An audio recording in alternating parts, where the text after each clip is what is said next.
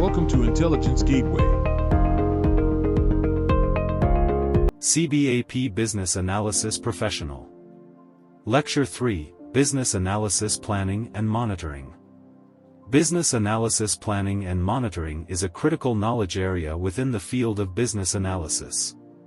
It involves defining the approach and planning the activities necessary for successful business analysis. This phase ensures that all stakeholders understand and agree on the processes, and that all necessary resources are in place.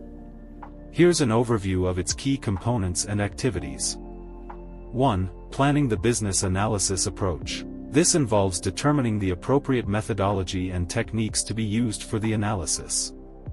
Factors considered include: A. Project type and complexity, agile, waterfall, or hybrid approaches. B. Stakeholder needs and preferences, understanding stakeholder communication styles and availability. C. Organizational standards, adhering to predefined processes and guidelines. 2. Conducting stakeholder analysis. Identifying all the stakeholders involved in the project and understanding their A. Roles and responsibilities, who needs what information and when. B. Influence and interest, how much impact they have on the project and their level of interest. C. Communication needs, preferred methods of communication and reporting. 3. Planning business analysis activities. Detailing the specific tasks and activities required for the business analysis, including: A. Task identification, listing all tasks necessary to complete the business analysis. B. Scheduling, creating timelines for each task, often using tools like Gantt charts or project management software.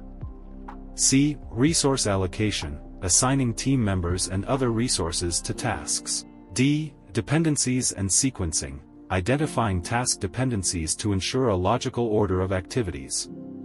4. Planning business analysis communication. Developing a communication plan to ensure timely and effective communication with all stakeholders, involving: A. Communication objectives, what needs to be communicated and why.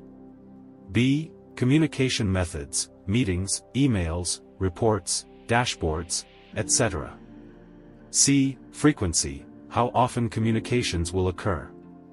D. Stakeholder preferences, tailoring communication methods to stakeholder preferences. 5. Planning requirements management process.